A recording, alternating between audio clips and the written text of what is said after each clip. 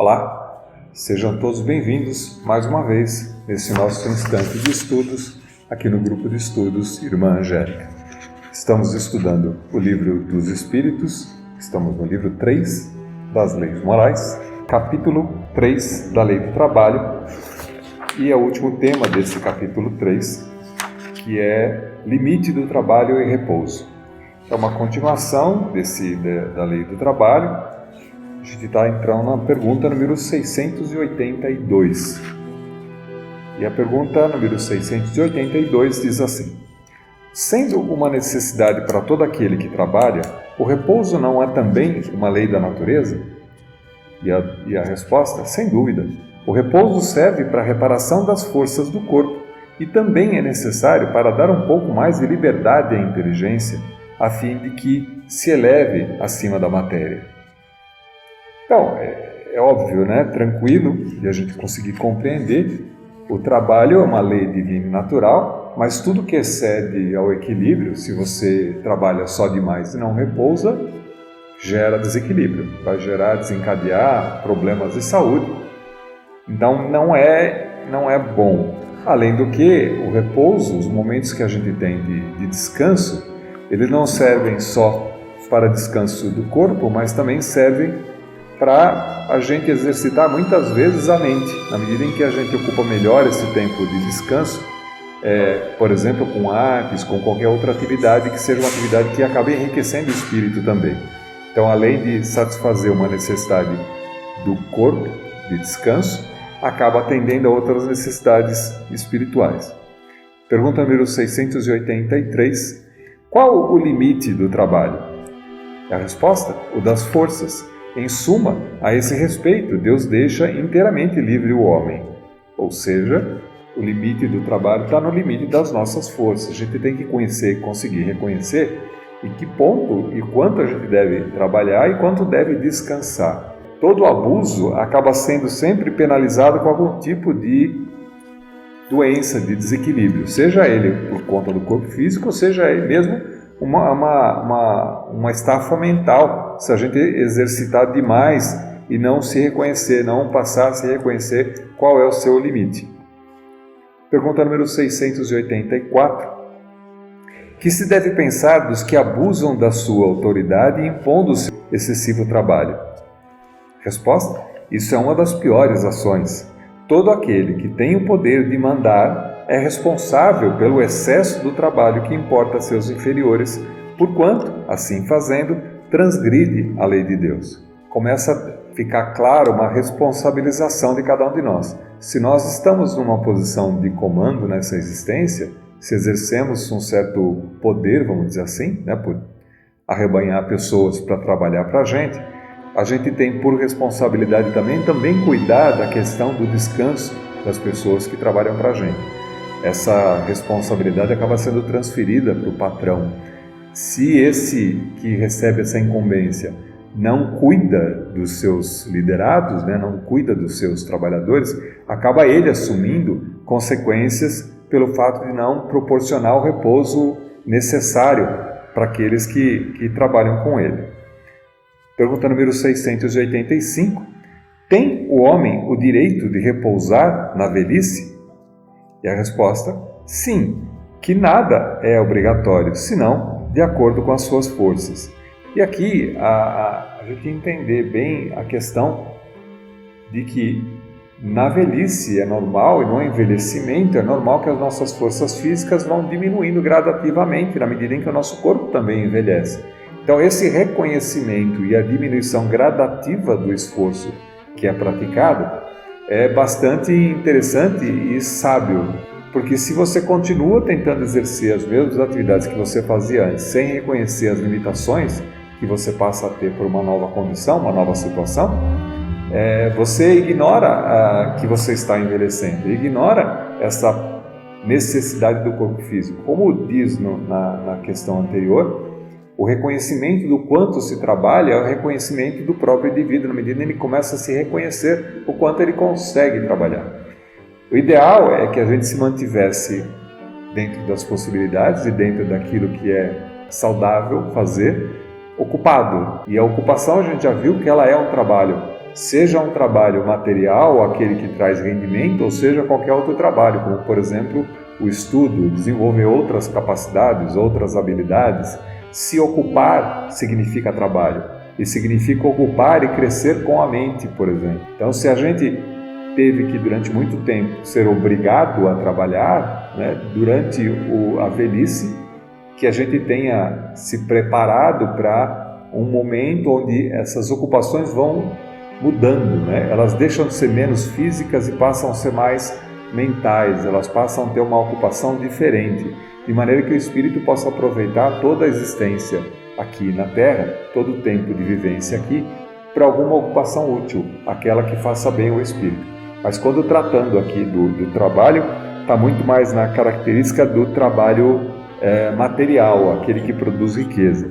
Então é normal que as pessoas e a própria sociedade reconhece isso, na medida em que a gente tem, isso também não é geral, não é para todos os países, mas a maioria dos lugares existe um reconhecimento de que o esforço físico diminui na idade mais avançada e que muitas vezes se faça uma poupança prévia para que nesses momentos você possa então exercitar menos, ter menos necessidade do ganho material para poder continuar existindo. Algumas vezes de maneira obrigatória, né, como existe em países como o Brasil, que tem leis de aposentadoria, das quais já é retido naturalmente durante todo o tempo que você trabalha, para que depois você possa ter um ganho. E o próprio governo, então, se incumbe de fazer o pagamento dessas parcelas, por mais que se questione a maneira, o cálculo, mas é um reconhecimento dessa capacidade e do quanto que a sociedade tem por responsabilidade garantir a subsistência daqueles que contribuíram muito durante um tempo, do tempo da sua vida útil trabalhando, mas que agora merecem o carinho, merecem o repouso, merecem ser reconhecidos como pessoas, né? Em outros lugares, onde não existem meios governamentais, vamos dizer assim, existe um estímulo à poupança prévia para que também as pessoas possam exercitar esse processo de terem um momento na vida onde possa ser mais dedicado a outros desenvolvimentos, né? Desenvolvimentos mais mentais, mais com as artes, de maneira que a vida possa ainda ser produtiva, mas sem essa incumbência do ganho material para poder subsistir. Item A da pergunta número 685. Então, o que há de fazer o velho que precisa trabalhar para viver e não pode? Resposta: o forte deve trabalhar para o fraco. Não tendo este família, a sociedade deve fazer às vezes desta, é a lei da caridade. É o reconhecimento daquilo que eu havia dito. A própria sociedade como um todo, nas suas leis, na maioria dos casos, nas civilizações mais adiantadas, vamos dizer assim, tem esse reconhecimento e a obrigação é a obrigação de todos, de toda a sociedade, que contribui então para que aqueles que já não podem mais trabalhar possam descansar. É muito desgastante e pouco caridoso fazer com que uma pessoa que já não tem mais forças seja obrigada a executar ainda um trabalho extenuante acima das suas capacidades físicas e que fatalmente fará com que agrave o seu problema de saúde. Continuando a resposta, diz assim: não basta se diga ao homem que lhe corre o dever de trabalhar. É preciso que aquele que tem de prover a sua existência por meio do trabalho encontre onde se ocupar, o que nem sempre acontece. Quando se generaliza, a suspensão do trabalho assume as proporções de um flagelo, qual a miséria.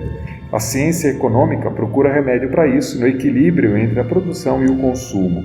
Este equilíbrio, porém, dado seja possível estabelecer-se, sofrerá sempre intermitências durante as quais não deixa o trabalhador de ter que viver. Há um elemento que se não costuma fazer pesar na balança e sem a qual a ciência econômica não passa de simples teoria.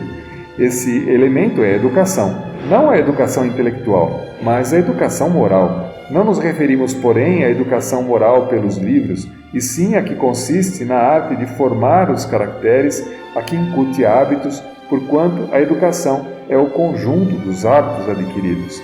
Considerando-se a aluvião de indivíduos que todos os dias são lançados na torrente da população, sem princípios, sem freio e entregues a seus próprios instintos, serão de espantar as consequências desastrosas que daí decorrem.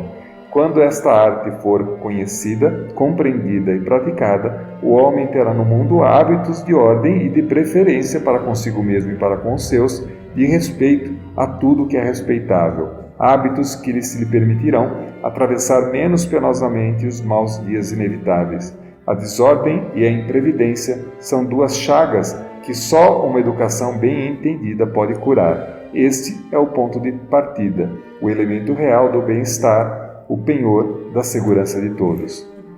Então, na conclusão geral desse aspecto, existe um reconhecimento aqui da espiritualidade, que existe uma necessidade que a sociedade se organize para que seja possível a convivência adequada e proveitosa. E é lógico, como ele diz das intermitências, né, existem várias ondas que acontecem, que acometem a humanidade e de alguma maneira ou de outra acabam afetando a maneira do trabalho.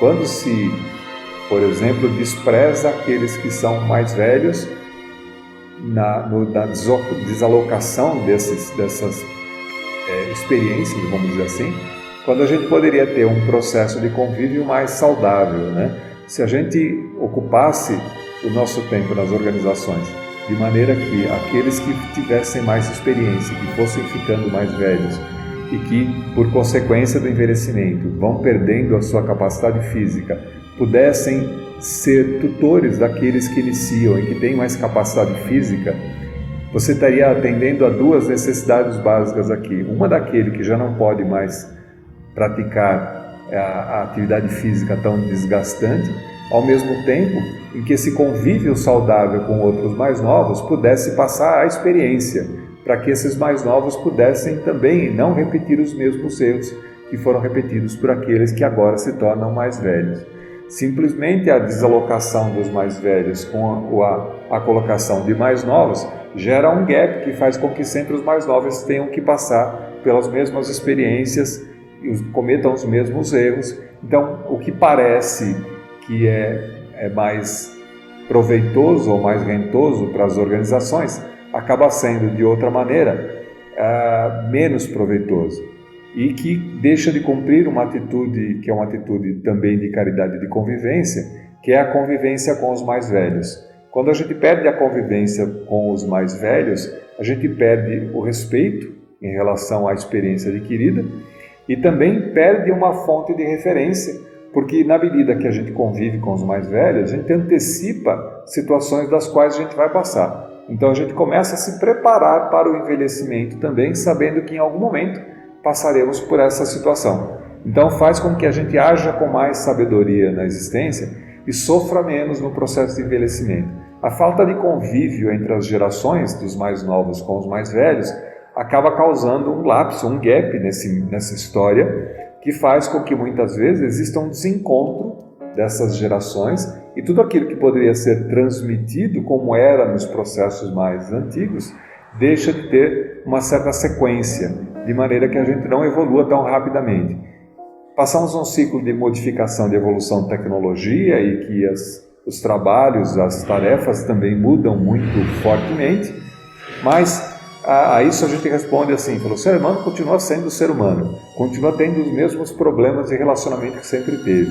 E se nos falta, para aqueles que estão mais velhos, a competência técnica do ponto de vista da assimilação de novas tecnologias, de utilização de maquinários mais recentes, mais modernos, mais automáticos, acaba sobrando muito mais a maturidade no sentido do relacionamento entre as pessoas, o que falta para aqueles que são mais jovens e que têm muito mais capacidade de conhecimento tecnológico, estão mais adaptados para a tecnologia recente, mas vai faltar e de alguma maneira vai acabar sentindo a falta dessa capacidade de convivência, de relacionamento, da sabedoria que é conviver com outras pessoas, né?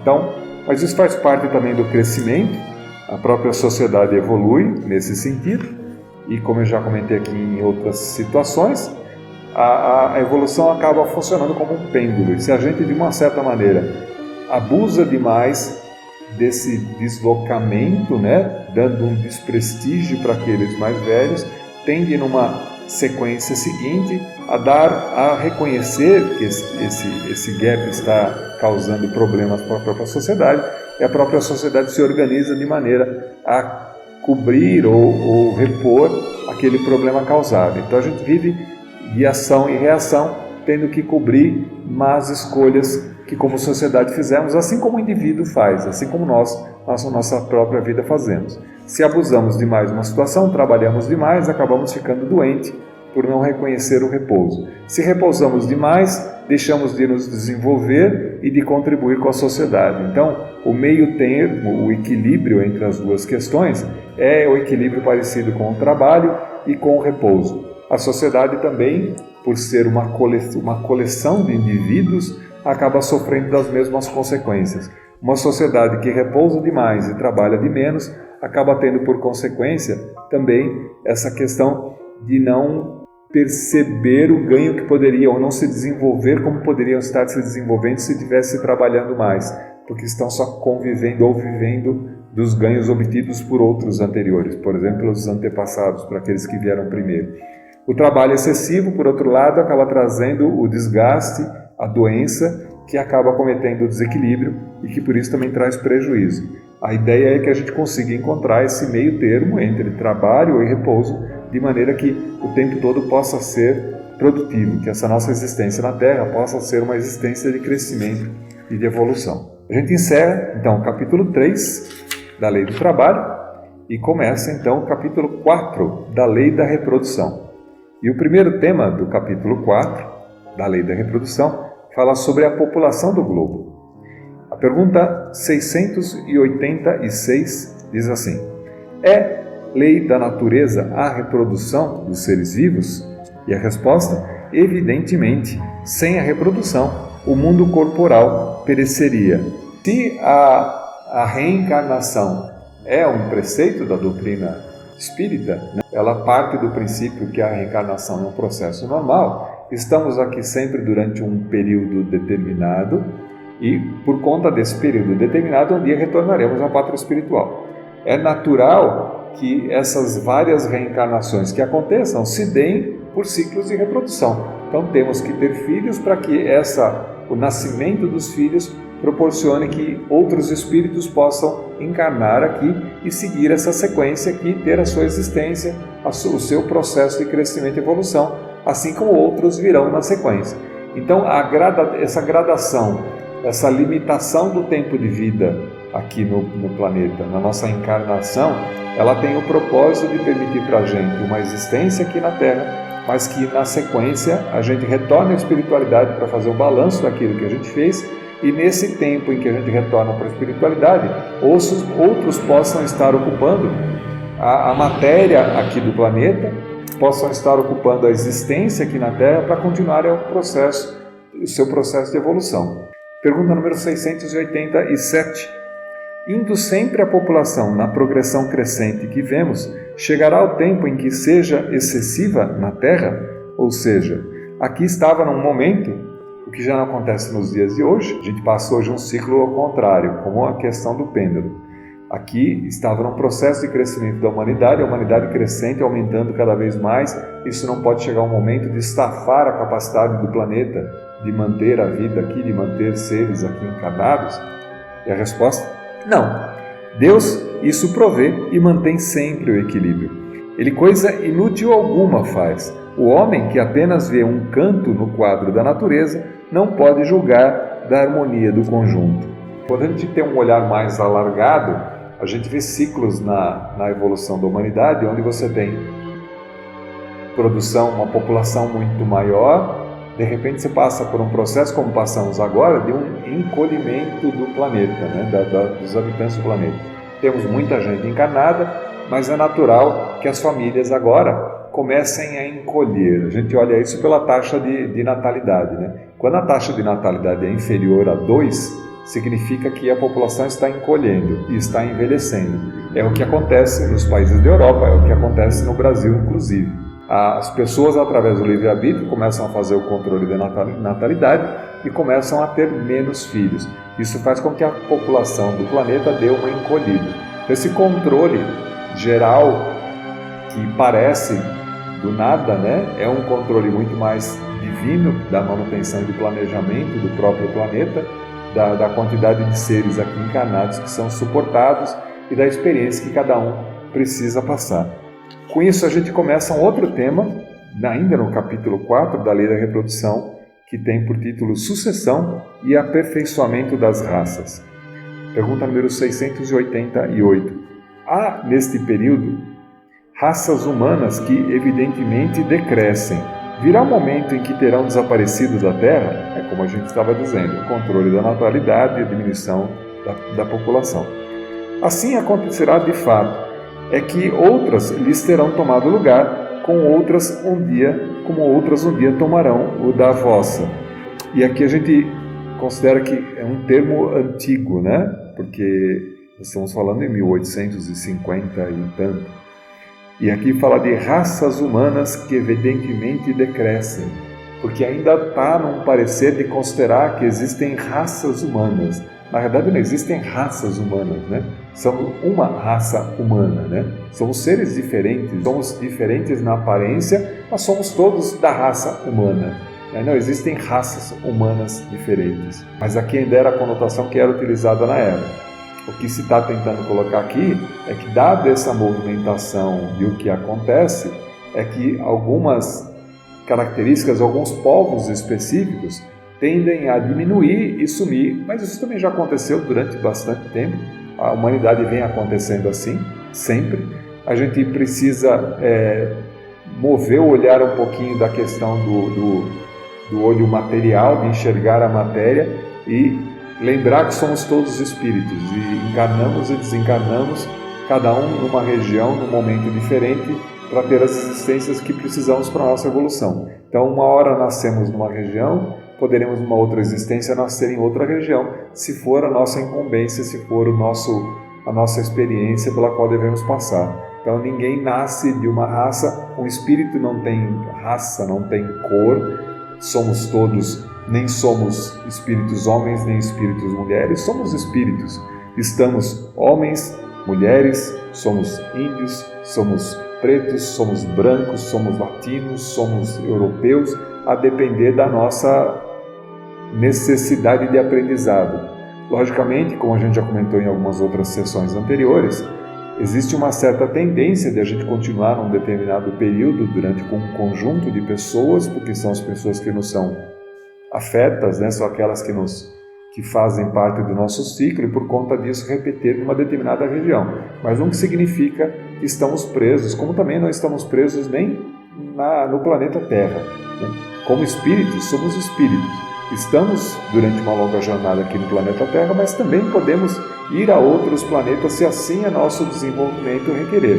Assim como outros irmãos vieram de outros planetas para cá e tiveram e reencarnaram aqui, às vezes em missão, para trazer conhecimento que haviam adquirido em outras existências, em outros mundos mais evoluídos, para nos ajudar no nosso desenvolvimento, às vezes para poder cumprir uma missão específica.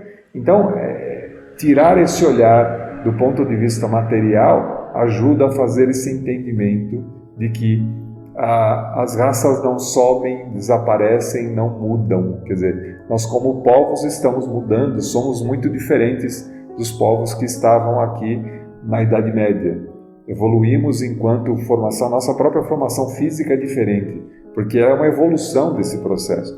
A miscigenação, a mistura desses fenótipos diferentes, vai trazendo cada vez mais um ser mais desenvolvido com capacidades diferentes. E esse é o processo da evolução, normal e natural. Então, tudo dentro da concepção divina, tudo dentro da organização, segundo um planejamento maior. Pergunta número 689.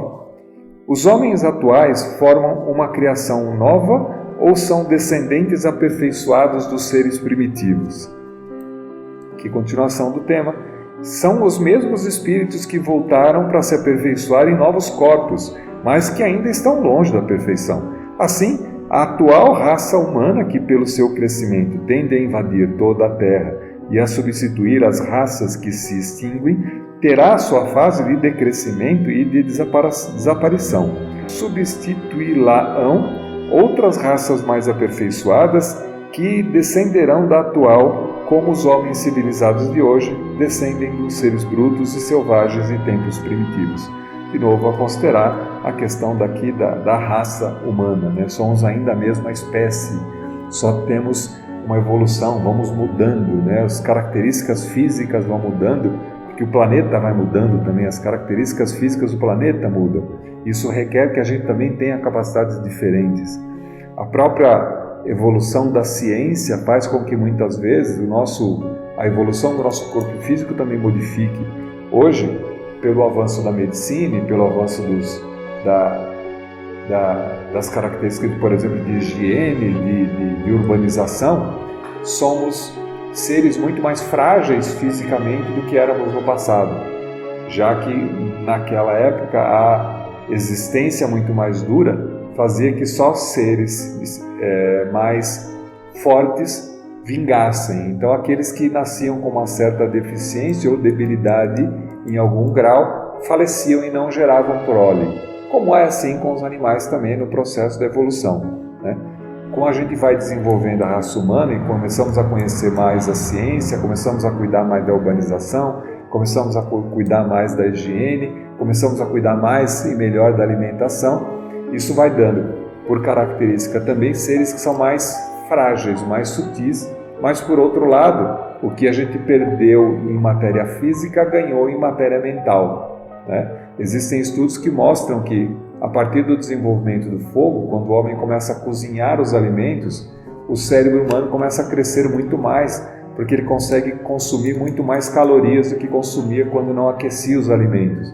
Então, todas as questões, você percebe que o desenvolvimento da tecnologia de maneira geral, e a gente pode considerar o fogo como uma tecnologia, vai trazendo essa modificação. Vamos deixando de ser cada vez vamos deixando a materialidade para trás e vamos ficando mais sutis. Existe uma sutilização do corpo físico mesmo da humanidade. A humanidade vai se tornando cada vez mais sutil, cada vez mais ligada no mental e menos ligada no físico, o que demonstra uma evolução que temos como espíritos também. O nosso espírito um dia não necessitará mais da reencarnação formal para alcançar as experiências que necessita. Talvez a nossa existência passe a ser diferente. A reencarnação é uma necessidade das experiências que temos. E a reencarnação, através de um meio físico, né, mais denso, é por conta do nosso atual estágio de crescimento. Quanto mais evoluídos estivermos, mais sutis estarão os nossos corpos e, por causa disso, menos dependentes da matéria. Então é normal que essa migração, que essa transformação aconteça na medida em que o ser também vai se eterizando, o ser vai evoluindo. Pergunta número 690. Do ponto de vista físico, são de criação especial os corpos da raça atual ou procedem dos corpos primitivos mediante reprodução? A origem das raças se perde na noite dos tempos. Como todas pertencem, porém, à grande família humana, qualquer que tenha sido o tronco de cada uma, elas puderam aliar-se entre si e produzir tipos novos. Consequência natural do que a gente havia comentado até agora. Nós estamos evoluindo e a própria integração, né, a própria globalização acaba tendo seu efeito na medida em que a gente se mistura muito mais. É muito comum nos dias de hoje você encontrar pessoas que vieram de lugares completamente diferentes do globo e que acabaram casando com pessoas de uma outra cultura completamente diferente. Então, a grande tendência natural é que sejamos todos misturados, todos um misto do encontro de todas essas raças, porque no final das contas é isso que traz a experiência que precisamos. E a mutação que vai acontecendo no desenvolvimento e na mistura dessas raças vai trazendo uma nova formulação. Daí a diferenciação que a gente vê entre as pessoas de hoje e as pessoas de 500, de 1000 anos atrás. É normal e natural que isso aconteça, mas está tudo dentro dos conformes, está tudo dentro da lei divina e do planejamento divino também. Pergunta número 691. Qual, do ponto de vista físico, o caráter distintivo e dominante das raças primitivas? E a resposta: desenvolvimento da força bruta à custa da força intelectual. Agora, dá-se o contrário. o homem faz mais pela inteligência e menos pela força do corpo. Todavia, faz 100 vezes mais porque soube tirar proveito das forças da natureza, o que não conseguem os animais. Então, só corroborando a resposta que a gente já vinha dando. A gente vai sutilizando, a gente precisa de menos força material, já não precisamos para mover a estrutura física dos elementos da Terra, que a gente ponha a mão para fazer, a gente cria instrumentos, a gente cria máquinas, e com isso a gente consegue evoluir muito mais rapidamente e fazer muito mais, produzir muito mais, construir muito mais. O que mostra que o homem está cada vez usando menos a força física e mais a força mental, desenvolvendo mais a inteligência, que são características do espírito. São menos características do físico e mais características do espírito. Então é natural que a gente, no desenvolvimento espiritual, comece a dar mais valor para coisas que são mais eternas e menos daquilo que é desenvolvido aqui. Se você se exercita muito fisicamente aqui, adquire músculos aqui, esses músculos não são do espírito, esses músculos são da matéria que está aqui. Então ele é utilizado aqui, enquanto no exercício da atividade que você faz aqui, na existência aqui, mas quando você passa para a espiritualidade, o espírito não tem corpo físico, ele não leva junto consigo o trabalho, o investimento que ele teve aqui no desenvolvimento dos seus músculos, né? Então, a sutilização, de novo a questão da sutilização e desenvolvimento da inteligência em detrimento do aspecto físico. A gente começa a ser cada vez mais sutil fisicamente, mais fraco fisicamente, mas ganha em capacidade de desenvolvimento mental, que é mais característica do espírito e menos da matéria. Pergunta 692. Será contrária à lei da natureza o aperfeiçoamento das raças animais e vegetais pela ciência? Seria mais conforme a essa lei deixar as coisas seguirem o seu curso normal? Ou seja, quando a gente tenta desenvolver plantas diferentes, mais isentas de determinadas intempéries, frutas, por exemplo, eram muito bem demarcadas dentro da sua estação e de certas regiões. A gente conseguiu manipular, desenvolver esses elementos de maneira que a gente tenha frutas o ano inteiro, né? Não se via uvas durante o ano, só se via uvas no final do ano. A gente tem uva o ano inteiro. A mesma coisa com as outras frutas todas, né? Se você não planta aqui, planta lá. Em determinadas regiões, determinadas temperaturas, você cobre a temperatura fazendo com que essa plantação aconteça dentro de lugares com o clima controlado, de maneira que você possa continuar produzindo ainda. A questão é essa: será que o homem está interferindo na produção divina e deveria simplesmente deixar com que a natureza se manifestasse e menos interferindo nessa capacidade? Então, a resposta: tudo se deve fazer para chegar à perfeição, e o próprio homem é um instrumento de que Deus se serve para atingir os seus fins. Sendo a perfeição a meta para que tende a natureza, favorecer essa perfeição é corresponder às vistas de Deus. Se o homem consegue fazer e tem inteligência para fazer, é porque assim foi permitido, porque assim Deus permitiu. E isso tem um certo peso, está dentro do planejamento divino que essas coisas também aconteçam. Da mesma maneira que a gente também desenvolve tecnologia, ciências, tratamentos médicos, remédios para curar doenças e resolver problemas que até então eram irresolvíveis, né? As pessoas morriam, por exemplo, por desinteria. Na Idade Média a gente sabe que o maior problema da mortandade era desinteria por não ter água potável. Hoje a gente consegue controlar isso muito bem e consegue fazer gestão desses recursos de uma maneira melhor. É como se dissesse que Deus seria contra a gente desenvolver o filtro para a água potável. A capacidade que o homem tem de usar a sua inteligência para resolver problemas é um dom divino e uma necessidade e um interesse que Deus coloca na mão do homem para que ele possa se desenvolver quanto ser e que possa também utilizar isso em favor daqueles que são menos favorecidos. A gente tem, por exemplo, processos bastante desenvolvidos de, por exemplo, definição de sementes que podem gerar muito maior produção, por exemplo, de arroz, para serem aplicadas em terras, em países onde existe um problema de fome muito grande. Então, já se sabe que uma certa espécie de arroz, por exemplo, está sendo muito bem utilizada, por exemplo, na Índia, para produzir alimento para várias pessoas, para multidões, fazendo com que o alimento fique mais barato e chegue mais facilmente às casas. Então, há de se condenar isso?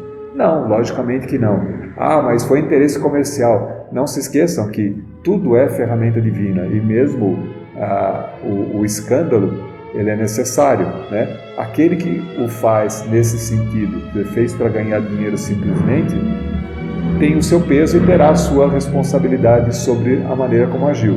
Mas mesmo o mal acaba sendo instrumento para o desenvolvimento humano. Tudo está dentro do cronograma, está dentro do planejamento divino.